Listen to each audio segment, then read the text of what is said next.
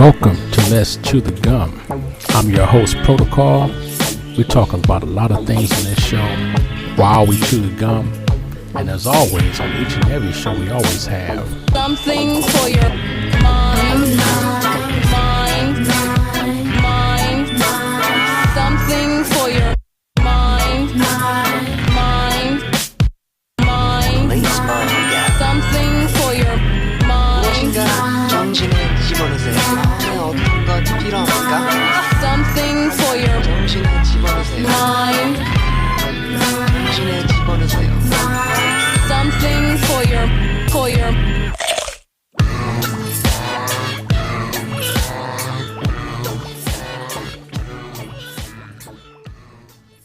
Welcome back to the show. Today, I have a very special guest online with us to speak with us about this idea of distance learning. We've heard about it. Some of us know what it is. Many of us have never heard of it, and a lot of people are confused. Well, my guest today, who is an assistant superintendent of student services, is none other than Dr. Derek King. And he's here today to possibly address some of those questions and to provide some insight and share some experiences that hopefully will be beneficial to all of you. So let's go ahead and welcome him. Welcome, Derek, to the show. Well, thank you very much, Doc. I'm glad to be here. Excellent. So I wanted to start off with, before we got into the topic fully, I wanted to start off with a little bit about you and who you are. As I mentioned, you are an assistant superintendent of student services. And for those of people that are listening that are in the field of education, that may be clear of what that is. But can you describe your position to the rest of our listeners, what that entails? Absolutely. And I would back up even further than that. So I actually transitioned into education in 1998 after transitioning out of the military, doing a program what's called Troops to Teachers. So, our military veterans who are listeners, they'll kind of understand that program a little bit easier. And so my transition from the military into education actually started in Babenhausen and Aschaffenburg, Germany, going from, being a military service person to becoming an educator through the program called Troops to Teachers. So then, just like everyone else, you kind of migrate your way through the ranks. So you start out, in my case, you start out as a teacher, then you become an administrator at whatever, level that you become an administrator at. And then you kind of keep progressing. And so an assistant superintendent basically helps to manage the principals and all, different elements in the structure of that district or that organization.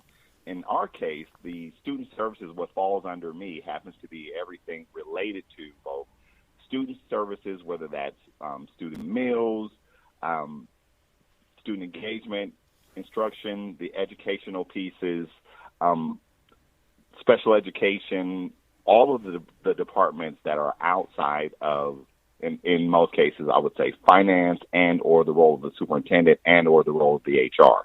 So everything else, relating to what's happening in the classroom, what's happening in professional development, what's happening in the lives of the students, fall under student services. Got it. Well, I think that makes you the perfect guest to be on today to address some of these issues. I'd be remiss if I didn't mention the COVID-19 that's going around. That's the whole reason that we're doing this mass amount of distance learning and education right now. And although this show is not about that, and my thoughts and prayers go out to everyone, please stay safe and follow the directives. I'd like to take a different lens on that. My last guest, I had asked them to give me their top 3 positives. It doesn't have to be 3, but what are some positives? We're hearing a lot of the dreary news, but there's some positive things that are happening. And so for me, and I'll say the top 3 positives from this sanctioned estrangement. How'd you like that?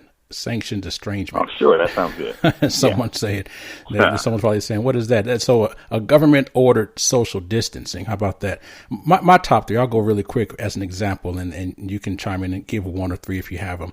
But the first one I have is still the same as when I had my other guests. And one of the top 3 is just really an opportunity to connect with yourself and reflect upon life's values and life in general. It's really a great time to do that. My number 2 is the opportunity for me, at least, to be creative late night. I'm a late night creative, and being that I'm distanced from everyone and not necessarily having the same schedule, it's given me some opportunities to really, again, reflect, and then also to be creative in how I can manifest those reflections. And then finally, I absolutely love what I've been hearing about the return of natural habitats.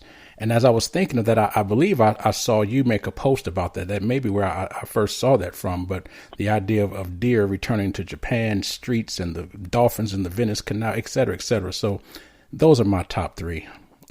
Do you have any positives that you could share? Yeah, absolutely. And I'm going to kind of interweave three things, one of which is work related or it's at least in our field related. So I would say one of the top three, byproducts of this social distancing happens, in my case, would be our parents are going to have a better understanding and appreciation for our educators and what they kind of go through. Because like you were talking about, when you're looking at social media, you're seeing a lot of memes, but those memes are rooted in reality, people's frustration with not understanding what it takes to help a student learn, right? And so a lot of times prior to this, and this is the first time this happened in all of our lifetimes, where we've had a mandated quarantine, quote unquote, where we're all at home and everyone's family is at home and they can't get anywhere else. And right. They're responsible for at least taking a more amplified position in helping their child learn. Prior to this, there was a tendency a lot of times to not believe and or respect or appreciate the educator. It's not my baby's fault. You just don't understand. You're just not a good teacher. You don't take time to listen. Now you're starting to, people are going to have a better understanding of just everything that it takes, because what we all understand as educators is without regard for how a child comes to us, we give it our absolute best to help the child go from A to Z, based on their own particular learning modalities, based on their own tendencies, based on, whatever they come to us, whatever needs they have. We actually do our absolute best to fill those needs, engage that student and help them learn. I would say that's one for me. Okay. Number two for me, I would say also is somewhat related to education, but I would bring this back to just myself and for us as individuals. It gives us an opportunity to just be still and be quiet, right? And give us an opportunity to just look around and enjoy those simple things. Now we're not always filling our day with, I need to go to the movies or I need to do this or that or the other thing. Now families have more of an opportunity to be at that kitchen table, to have those discussions, because I truly believe, that a lot of our problems in our society will be resolved based on that kitchen table solution, right? Absolutely. Just reaching out to those kids, having those relationships, strengthen those relationships. You know what they did all day, but now you can ask the question, what do you think went great about today? How do you think tomorrow can be a little bit better than today? Or just have conversations that aren't rooted in anything specific, but let the child guide, what's happening in those conversations. So I think, number two, that will be my number two.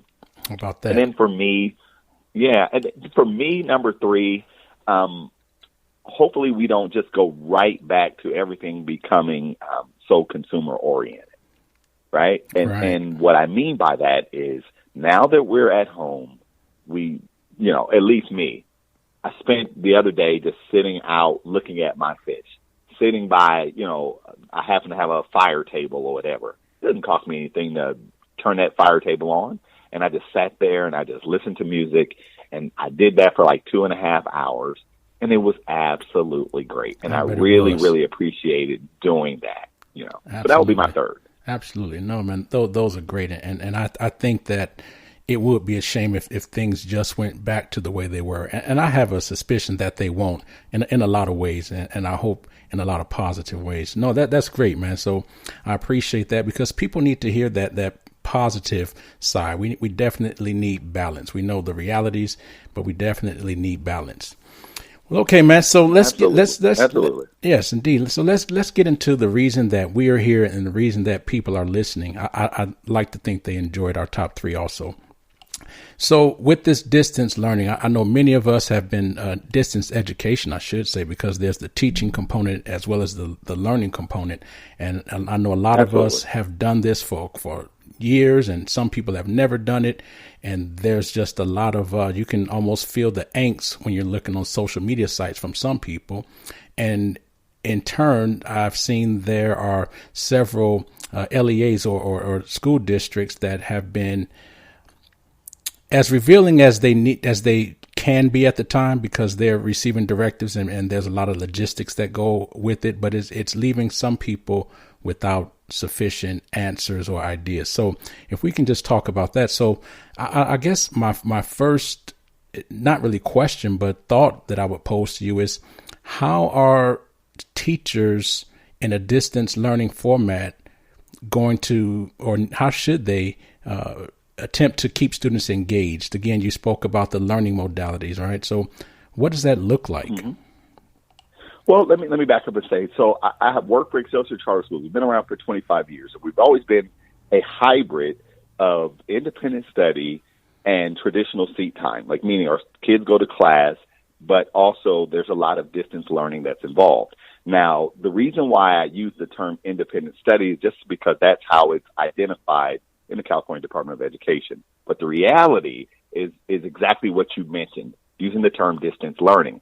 I use the term distance learning and distance education interchangeably, but the learning is actually more appropriate, because we know, like, sometimes connotatively when we're talking about education or we're talking about teaching, we're talking about delivery, right? But when we're talking about learning, we're talking about reception and being able to achieve a certain level of mastery based on the information, or being able to synthesize that information. Right. So in our case, we were actually very, very prepared to transition from our existing model to this current state where now we are 100% distance learning. And that's being done in a variety of different ways. So basically, we use different platforms to be able to reach out to our students, whether that's done by video or whether it's done telephonically, to be able to have both synchronous, meaning real-time live conversations with the classrooms, individual students as well as groups of students, as well as asynchronously, meaning information is there and readily available for students to acquire, digest on their own time, submit the work, and receive feedback from the teachers. Sure. Assignments or pre-recorded lessons, pre-recorded lectures, videos, things that are prepared already that they can access asynchronously. Correct. Yeah. Absolutely. Yes. Some of it is already prepared. Some of it is curriculum that we already had developed a long time ago.